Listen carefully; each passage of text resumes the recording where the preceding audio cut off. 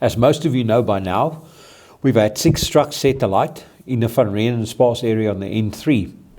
That's terrible enough. What makes this very interesting is what followed after that and what came out of it.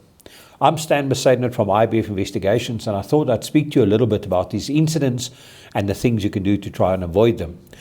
What was interesting about this case is that apparently these truck drivers were confronted and stopped by armed individuals.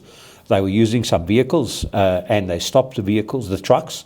Some gunshots or some gunfire was exchanged, or somebody was shot at, or there was some shooting that took place, and then they promptly put some fuel or gasoline onto the trucks and set them alight, and 6 trucks were burned literally to almost nothing. In and of itself, that's a scary event, but then something else followed. At Waterval Boven in Mpumalanga, another 5 trucks got stopped later over this weekend as well. Those 5 trucks, the truck drivers were stopped. They were told to gather their personal belongings. They were not told why or for what reason. And this was coincidentally just before the tunnel there. And then those trucks were set alight as well. So now we have a trend developing. We have trucks being stopped, 3, 4, 5, 6 trucks being stopped. And without any reason or explanation, these perpetrators are setting them alight. The question we have to ask ourselves now is, what can you do about it, and what can you do when you get into these situations? So before we even start, we have to agree to one thing. Risk mitigation is not the kind of thing you do after things happen. You can't get out of or avoid these scenarios by asking me what to do when it happens, because the only way that you're going to get out of it is by not getting into it.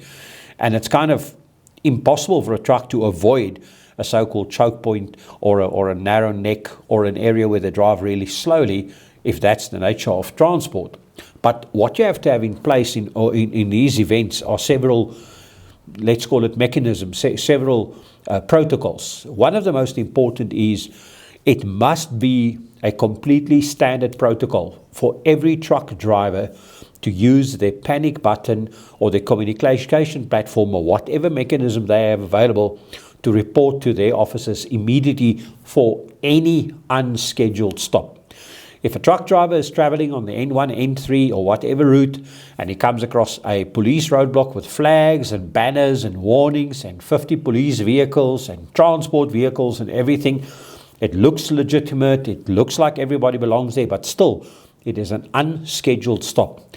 Push your panic alarm or whatever the case might be so you can get a report of what happens. If you've got a video telemetry device such as DriveCam installed, push the double button so that it sends a report out so that there's an incident on record.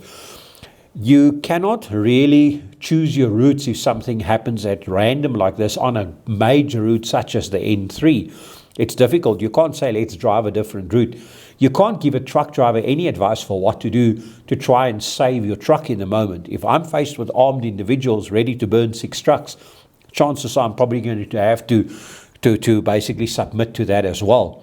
So what you can have in place are mechanisms that help you to avoid it and help you to react to it. So essentially the first thing you want to do is, this brings us back to what are called route risk assessments. Now, in South Africa, a typical route risk assessment is a paper document, a couple of pages telling you where to drive, and it tells you that perhaps there's roadworks in the area or what the speed limit is. What I do instead is I do a videographic route risk assessment where I physically drive the route. I look at the route that I drive along and I identify tactical risks, personal risks, operational risks, environmental risks, and even social risks, socio-economical or socio-political risks. So whenever you're traveling to an area where there's a higher density of population, choke points, narrow sections, slow driving, etc., you're at risk. Equally, what you have to have in place is a protocol to initiate and to follow when things happen. We find often that our clients report that their vehicles hijacked or attacked in a particular region, and then they sit 500 or 600 or 700 kilometers away wondering what to do.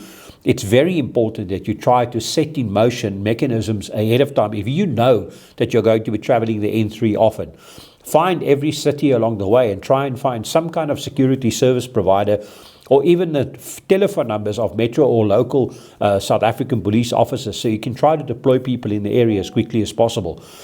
Have your drivers trained. Get training for your drivers on tactical risk avoidance. When a driver is traveling in an area and his vehicle is slowing down already, he must be alert to the fact that there could be something happening. If he then gets confronted by anything, he remembers and knows that he must initiate his panic systems, he must contact the office, or he must record on his camera so the details can be sent. A truck hijacking, a truck robbery, a truck fire takes some time. There's some time, and even the stopping of the truck takes some time. It's not always possible, and you might not always have cellular communication, because especially now that we work in an environment where it's very possible that a person could be driving the vehicle, they could push their panic button or try to phone the office, but there's load shedding in the area. So as a result of that, they simply cannot get any communications outbound. So that's obviously a great concern. The solution is not readily available. There's no easy way of doing this. Short of somebody setting up a security service that patrols national roads, and until everybody takes hands and shares those risks, we already have a Telegram platform where we try and share as much transport and commercial risk as we can. But the fact is that if there's no central communications platform for everybody to warn each other, for people to interact, if we keep operating in silos, somebody might own 20 trucks, somebody else might own 30 trucks, they might both be running the same route, and they have no idea that either of the competitors exist.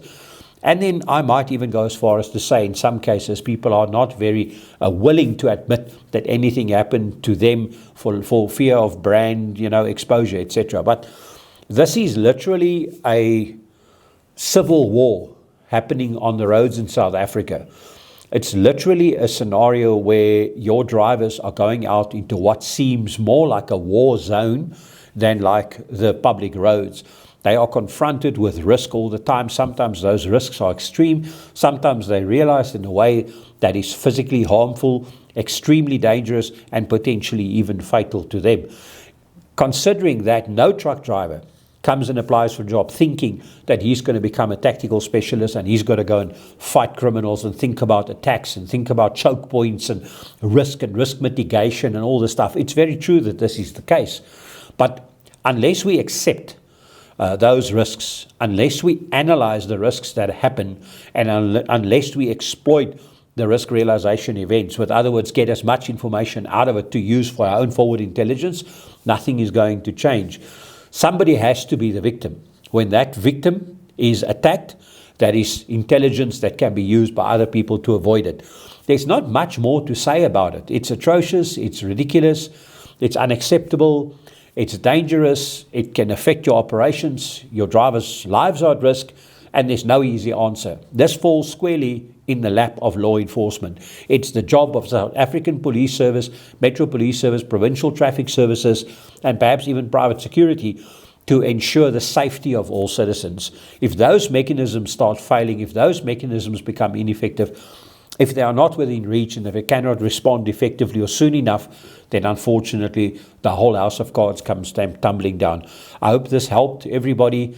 I hope it takes away a little bit of information. I know it's not like there's no silver bullet, there's no easy solution, but at least be aware, get some information, train your drivers, interact with the drivers, make them alert, try and get them to alert you and to warn you as early as possible, and then let's see if we can try and reduce this. But until law enforcement stands up and does something about this, I don't know where this is going to end.